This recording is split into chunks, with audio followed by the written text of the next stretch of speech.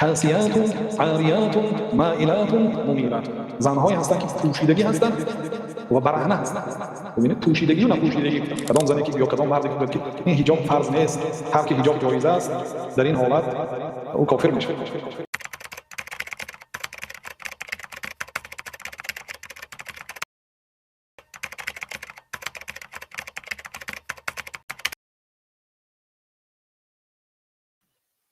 خلع الحجاب کبیرة من کبائر الذنوب. ترک حجاب برای زنها یک گناه کبیره هست از گناه‌های کبیره، یعنی از جمله گناه‌های کبیره هست. امام ذهبی یک کتاب نوشتن با نام الکبائر، گناه‌های کبیره. در آنجا 70 گناه کبیره را ذکر کردن و اولین آن شرک است. وقتی که کسی به ما سوال داد که کسی اگر تحقیر دین کند، آیدی تحقیر دین یا مسخره کردن با دین بود، ما گفتیم که این عمل کفر است، ولی گفتیم که این گناهی کبیره است. بسیار برادرها اعتراض کردند که کفر را، شرک را تو گناهی کبیره گفتی. آخه پیغمبر صلی الله علیه وسلم گناهی کبیره گفتیان. الا انبئکم باکبر الکبائر، مگر من شما را از بزرگترین گناه‌های کبیره آگاه نکنم؟ گفتن که بله یا رسول، گفتن که شرک بالله، یکمین شرک به الله. بله، شرک انسان از حدود اسلام بیرون میبرد. مسلمان دیگه کافر میشه اگر شرک بیارد به الله تعالی، و اگر در همین شرکش از دنیا گذرد او در آخرت خالداً مخلداً فی النار است، یعنی جاویدانی در دوزخ است. این اعتقاد اهل سنت و الجماعت است. لیکن با یک سخن که شرک گناهی کبیره گفتن انسان کافر نمیشه. آخر پیغمبر صلی الله علیه وسلم گفتن که آیا من شما را از گناههای کبیره آگاه نسازم؟ صحابه ها گفتن که بله آگاه سازد. گفتن که یکمین شرک به الله تعالی، دومینش و عقوق الوالدین، عاق شدن به پدر و مادر. بله، عاق شدن به پدر و مادر انسان از دایره اسلام نمیبرد، یعنی کافر نمیشد و در دوزخ هم ابدی نمیسوزد. اما شرک با وجود اینکه مخرج من المله، از ملت انسان بیرون میبرد، پیامبر صلی الله علیه و آله گناه کبیره نامیدند. و امام ذهبی هم، امام ذهبی خیلی امام بزرگ هستند، یکی از بزرگترین شاگردان شیخ الاسلام هستند. در همین کتاب کبایر اولین گناه کبیره شرک آوردن. گناه کبیره گفته آوردن، ولی کبیره هست ولی از ملت بیرون میبرد، لیکن در جمله گناه های کبیره شامل است. خب و ترک حجاب هم گناه کبیره هست، لیکن البته از ملت بیرون نمیبرد مادامی که حلال نشمارد. کدام زنی که یا کدام مردی که گوید که این حجاب فرض نیست، ترک حجاب جایز است، در این حالت او کافر میشه. لیکن یک انسان به فرض بودن حجاب ایمان دارد ولی حجاب به سر نمی کند، این گناه کبیره هست. در صحیح مسلم آمده از حدیث ابو هریره رضی الله عنه، پیامبر صلی الله علیه و سلم گفتند صنفان من اهل النار لم ارهما، دو طایفه از اهل دوزخ هستند که من آنها را ندیدم، یعنی در زمانشان نبود. همین سخن دلالت میکند که این گناه کبیره است. دو طایفه مردم دوزخی هست، اونا اهل دوزخ هستند که من آنها را ندیدم.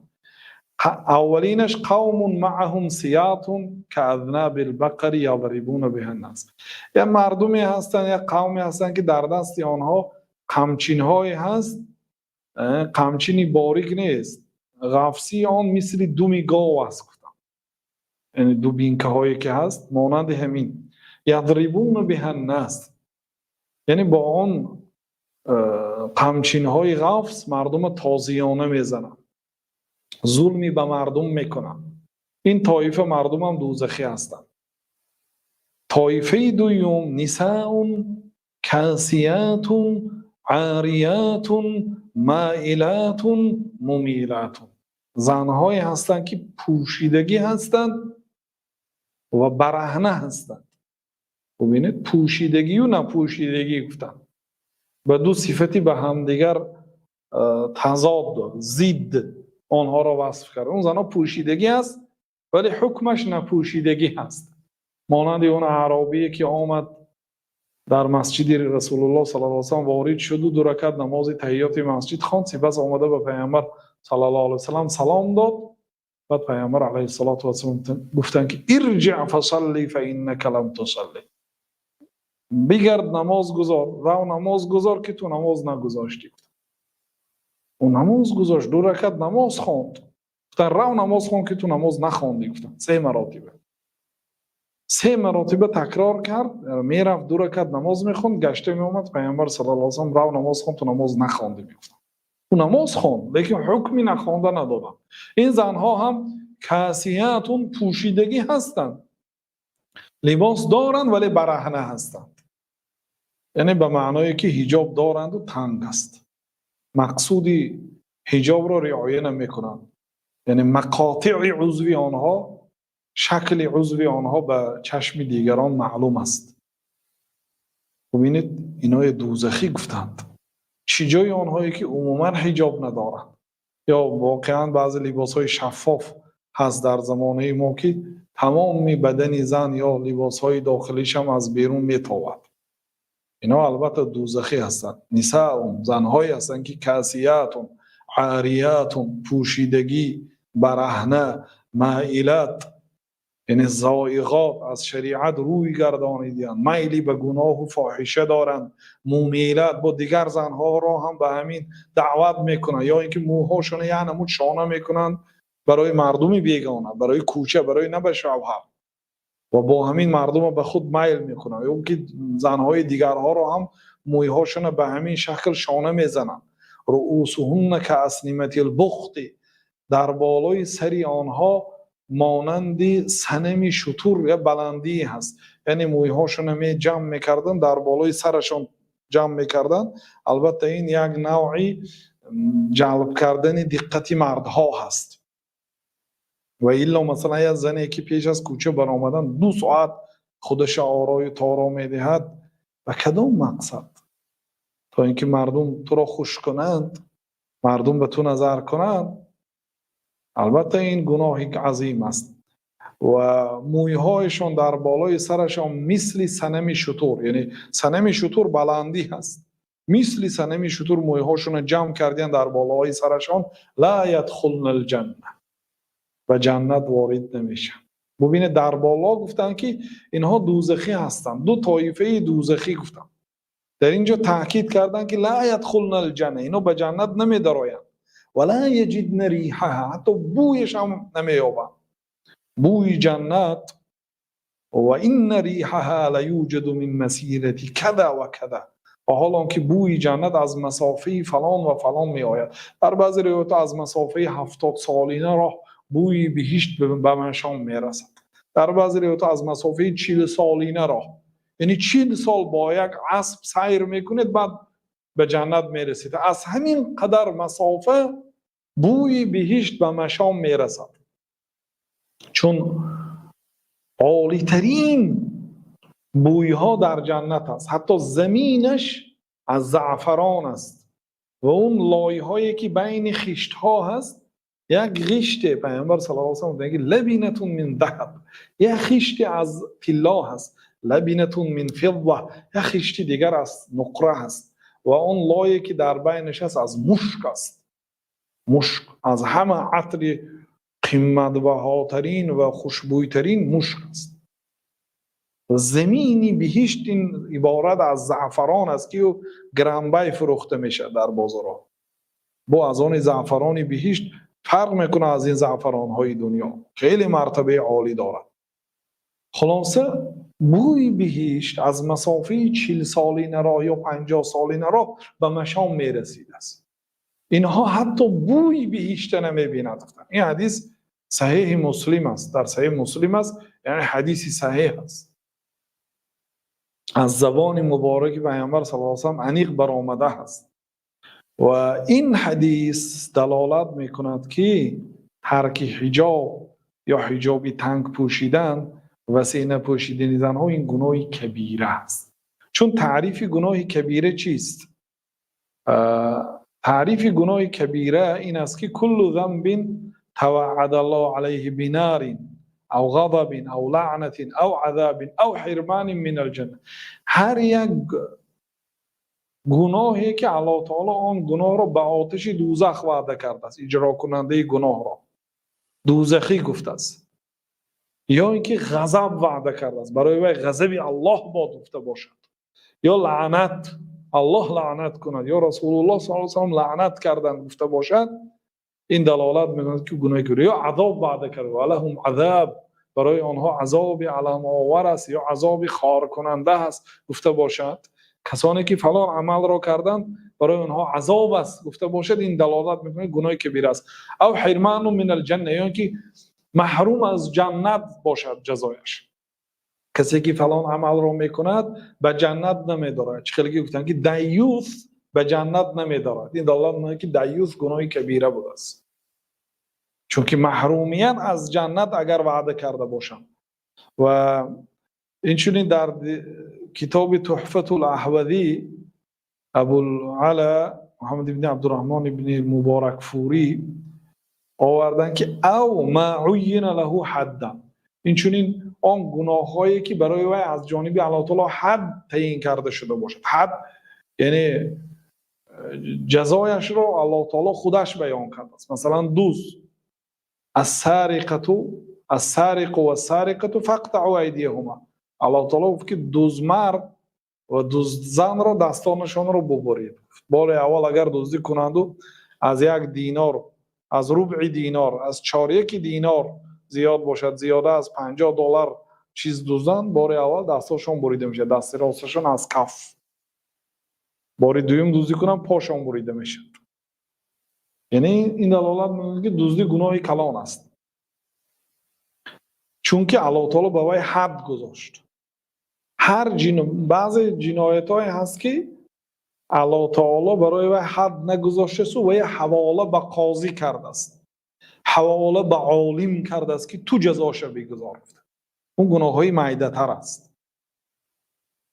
بعضی گناه‌های الله تعالی خودش جزاش بیان کرده از همه کلان. مثلا نوشیدن عرق، این گناهی است که حد دارد و باید دره زده شود، تازیانه زده شود در نزد مردم. کسی عرق نوشیده است فقط برای نوشیدگیش، اگر اثبات شد نوشیدگیش، تازیانه زده میشد. اینا گناهی کبیره هستند. او ذم فاعله ذما شدیدا، یا اینکه فاعلش اجرا کننده اون گناه بسیار مذمتی سخت شده باشد. گفتی یعنی در تعریفی گناهی کبیره. خلاصه گناهی کبیره هر گناهی که به آتش دوزخ وعده شده است، یا از جنت محروم می شود گفته وعده شده باشد، یا اینکه غضب الله تعالی، لعنت الله تعالی، عذاب الله تعالی برای او هست گفته باشد، یا اینکه شریعت حد و حدود گذاشته باشد برای آن جنایت، یعنی جزایش رو عباره در شریعت اعلان کرده باشد. این دلالت می‌کند که این گناهی کبیره است. و ترک کردن حجاب، بی حجابی، این گناهی کبیره است. و این چنین اجمع المسلمون علی تحریم تبرج، تمام مسلمانان اجماع کردند که تبرج حرام است.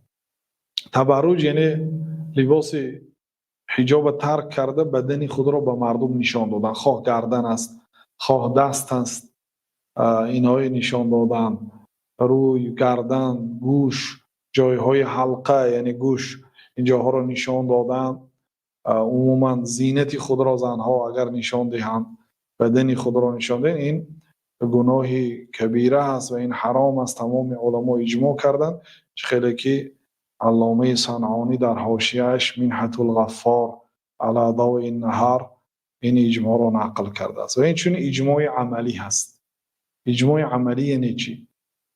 از زمان پیامبر صلی الله علیه و سلم زنهای مومنه تبرج نمی‌کردند، یعنی خداشون زینت داده، مویهای پرتافته، کوتاهی نیم آستین و نیم برهنه پوشیده به کوچه نمی برآمدن.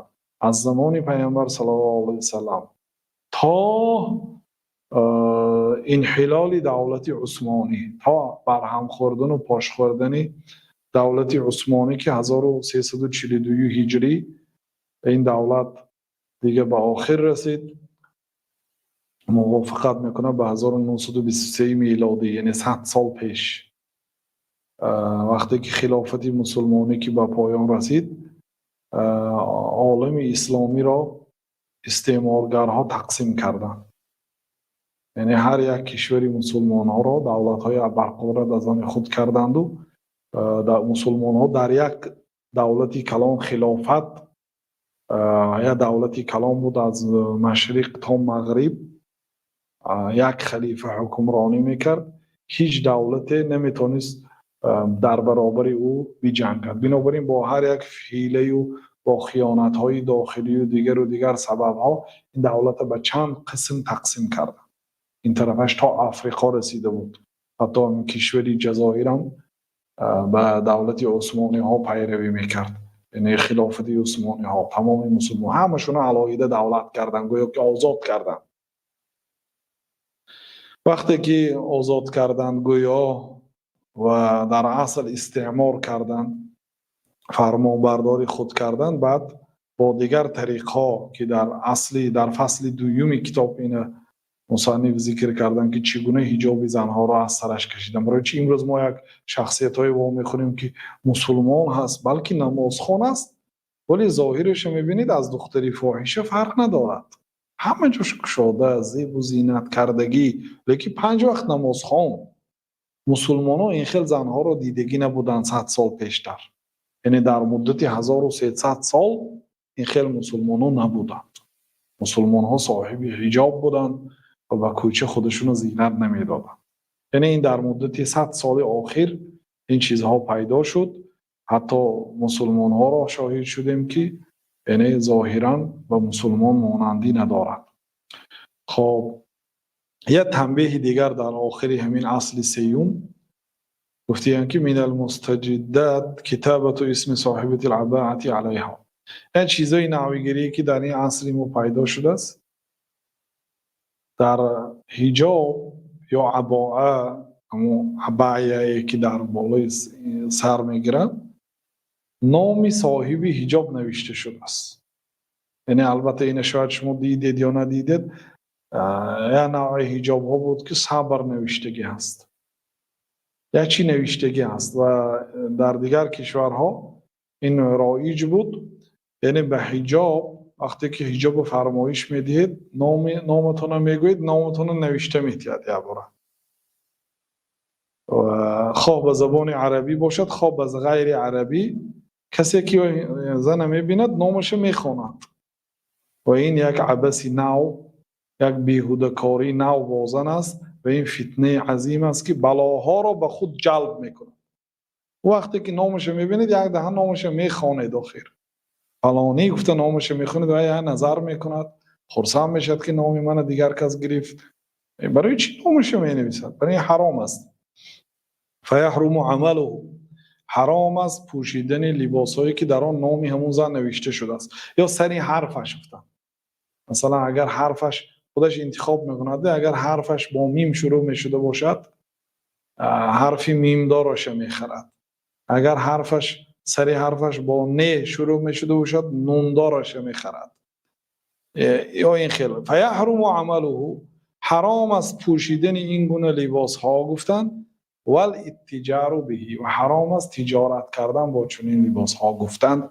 صاحب کتاب الله تعالی رحمت کنه. مصنف گفتن که الاصل الرابع قرار المرأة في بيتها عزيمة شرعية وخروجها منه رخصة تقدر بقدرها. قرار زن در خانه این اصلی شرعی هست. اصلا قانون شریعت این است که زنک باید در خانه نشیند و این ظلم نیست و برآمدنش به کوچه رخصت است. یعنی اجازت هست به همه کارها نه، همه وقت نه، با اجازت باید به کوچه برد، اجازت شرعی. شریعت اگر اجازت هست بعد میبراید. از جمله اجازت شوهر، اجازت پدر حتمی هست. اگر مثلا دختر علی نابالغ باشد علی به شوهر نبرآمده باشه با اجازت پدر کوچه میبراید. اگر شوهر داشته باشه با اجازت شوهر به کوچه میبراید. اصل این امر الله تعالی در سوره احزاب آیه 33 و قرن فی بیوتکن ولا تبرجن تبرج الجاهلیه الاولی، شما در خانه هاتون قرار گیرید و مانند زنهای زمان جاهلیت پیشینه خودتان را به مردهای بیگانه زیب و زینت ندید، بدنهای خود را نمایش ندهید و در خانه هاتون قرار گیرید. این اصل است. کسی برآمدنی باشد باید رخصت داشته باشد، یعنی اجازت شرعی داشته باشد، هم از جانب شریعت هم از جانب آنهایی که درباره وی والی هستند.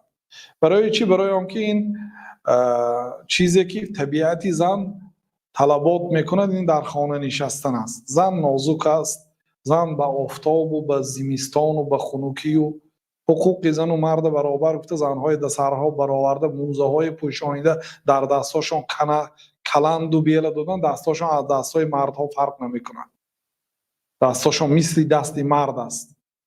اون طبیعتی زنی گم میکنند. اون زنها بیمار میشن، عذاب میکشن، در آفتاب‌های دور و دراز برآمده پخته میچینن، زمین شودگار میکنن. این حقوق زنها رو پایمال کردن است. ببینید زنهای محترم، شریعت شما رو احترام کرده یا ظلم کرده؟ شما در خانه شاهانه شینید گفته است، بر ذمه شوهر واجب کرده است که حالا بسیار زنها میگن که یگان شوهری به ناموس نیست که ما بزنی گیرد و زندگی ما تامین کند که به کوچه نبرایم. دیروز از زنک نوشته است که شوهرم، یعنی من 2 فرزند دارم، 1 تین پول نمیفرستاند از روسیه و یگان آدم ندارم که همین 2 کودک نگاه کند که من برآمده 1 برده نان کار کرده بیایم. ببینید شرایط. شوهر 1 تین پول رایی نمی کند. گفت از من چه جواب دادگیم، من این به 2 فرزند به خانه پدرم برگشته نمیتونم، اونو شرایطی من نگاه کردن ندارد. من در همین خانه شوهرم اگر چی طلاق شدم شتی هم میگد، او به من پول نمیفرستاند. اکو من یک شخص دیگر ندارم که همین 2 کودکم، یک تا چند ماه است، یک تاش 2-3 ساله است، به نزد اون کس مانمو برآمده اقلا به 1 بریده نان کار کرده بیایم. این شرایط هم ندارم. یعنی شریعت وقتی که زن میگه که تو در خانه شین و علی المولود له رزقهن و کسوتهن بالمعروف، و بر ذمه پدری خانواده، بر ذمه پدری فرزندها طعام آنها و لباس آنها واجب است یافته آمدنش. میگه اینجا برای زن الله تعالی نیکی کرده است یا بدی کرده است؟ اون زنهایی که به کوچه میبرند باور کنید بعضیش نه به خواب سیر است، سحر باید ساعت 7 به کارخانهش رود، از ساعت 5 میخیزد. یعنی نه به خواب سیر است، نه به شوهرش طعام سحری آماده میکند، در عذاب و در مشقت میرد کار میکند. همین میخواهید؟ تنی صحت نمیفارد. بنابراین طبیعت زن برای زندگی کردن در داخل خانه مناسب است. مرد باید به کوچه برود، مرد باید زحمت کشد، مرد باید محنت کشد، مرد باید جانش به خطر ماند، زن باید در خانه شیند. وقتی که به خانه که آمد مرد راحت یابد در خانهش که او 12 ساعت 14 ساعت در کوچه که مشقت کشید، اینجا وقتا که آمد یک راحت و آرامی و سکونت یابد که قوتی نو گرفته با پگاه براید برای کار. زن برای زنم در کوچه باشد، مردم در کوچه باشد. حالا در کشورهای اروپا در زمان کرانتین خیلی عائله ها جدا شدن، بسیار عائله ها جنگ و جنجال، کشتارها هم شد، جدا شدن، طلاق زیاد شد. برای چی؟ اونا سحری 2 کس میبرآمدن میرفتن، بیگاهی 2 کس میآمدن خسته شده که خواب میکردن، سحر برآمدن میرفتن. در ایام کرانتین که در یک جا موندن، جنگ و غربت سر شد. بعد عائله ها پاش خورد، چون که طبق دستور شریعت کار نمیکنه. زنک در حالت غایب بودن شوهرش خانهش آماده میکند، طعامش آماده میکند، لباسهاش میشود، با آمدن شوهرش خودش زیب و زینت میتید تا اینکه این خانه برای شوهر یک بهشت باشد. بنابراین مقصود شریعت از تقسیم وظیفه ها هست. برادر عزیز، ما در صحبت گذشته مثال آوردیم که مثال زن این مثال وزیر داخلی هست. وزیر داخلی باید بیرون کشور نبراید مگر هم با اجازت. اگر به اجازت براید احتمال خوف خیانت به دولت دارد. چون پنهانی برآمد؟ چو برای چی به اجازت برآمد؟ با یگان دولت دیگر یعنی یگان سازش کرد. خیانت به دولت است. وزیر داخلی به اجازت راهبر حقی برآمدن از کشور ندارد. برادم همراه میبرد یا با اجازت میبراید، در زیر نظارت میبراید. زنها هم وزیر خارجه داخلی هستند، به اجازت باید نبراید. وظیفه وی در داخل است. او همون وظیفهش برای خودش به قول ازبکا یه تعلیق رسانده و بسنده هست. همون وظیفه هم از عهدهش نمیبرد، از بسیاریشه. با بجای وی میبیاد در دیگر اصل ها. حالی بسیار زنها برای تربیه فرزنداشون دیگر زنک اجاره میگیرن، برای تازه کردن خانه اجاره زنک میگیرن. دیگر مرد اجاره میگیره، اینش بدتر است. یا راننده میگیرن، اینش با بدتر است. الفصل بین الجنسین و عدم الاختلاط. مقصد شریعت وقتی که زنها را به خانه نشین گفت، جدا کردن بین دو جنس و آمیختگی نکردن. چون که اینا به کارخانه که برآمدن با مردها آمیخته میشن. همین بسم الله که گفته از کوچه برآمد الکی اتوبوس یا مارشروتکا میشند، الکی اختلاط است، الکی آمیختگی با مردها هست. خب تستطيع اداء دورها المنزلی امًا و زوجتا. وقتی که در خانه باشد وظیفه منزلی خودش ادا کرده میتواند، همچون مادر همچون همسر. او دو وظیفه دارد. وظیفه همسری دارد، خدمت شوهر را باید کند و همچون مادری را به جا بیارد، خدمت فرزندا کند. آنها به نمازها بیدار میکند، تربیه میکند، لباسهای آنها را میشوید، طعام میپزد، آنها را تعلیم میدهد، خانه را نگاه و بینی میکند. او در داخل وظیفه های بزرگ دارد. چهارمینش قرارها فی بیتها فیه وفاء بما اوجب الله علیه من الصلوات المفروضات و غیره. وقتی که در خانهش قرار میگیرد، نمازاش در وقتش میخواند، طهارت میکند، وقتای خالگی داره، خودش به خودش خواجه‌این است، در بالای وی کسی حکم فرمان است، کاراشو میکند، وقتای خالگیش به قرائت قرآن میکند، صحبت علمی گوش میکند، فرزنداش تعلیم شریعت میدهد، مشق جسمانی میکند. یعنی خودش به خودش راهبر است در داخل خانه، مسئول است از خانه شوهرش. نمازهاش در وقتش میخواند. به کوچکی برآمد، من بسیار یه زن برای من سوال داد که من وقتی که تنگه را به دست آدم ها میدهم، میگه در مغازین کاسیر کار میکنم، تنگه را به زمین میمانم. میگه برای چی؟ برای که دستم به دست زنها مردهای بیگانه نرسد. چون که تنگه وقتی که میتید دست به دست میرسد، من تنگه من به زمین میمانم که خودش گیرد. یعنی وقتی که به کوچکی برآمد زن، الکی با مردهای بیگانه آمیختگی، صحبت، که این چیز شرم و حیا رو میپراند و این عاقبتی بد دارد. و این چنین تحقیقی امر شریعت است. شریعتی پاک است که کرامت زن و پاکی زن را حمایه کرده است. با این وسیله شرف زن حمایه میشد، کرامتش یعنی تحقیر نمیشه. ببینید بیچاره زنهای مهاجرای ما چخیل در کشورهای مهاجرت هم آدمهای ملتگرا غم میتیان، عذاب میدهند، حقارت میکنند، دشنام میدهند، مجبورن به عدل ها میبرند بیچاره زنهای مسلمان ها را.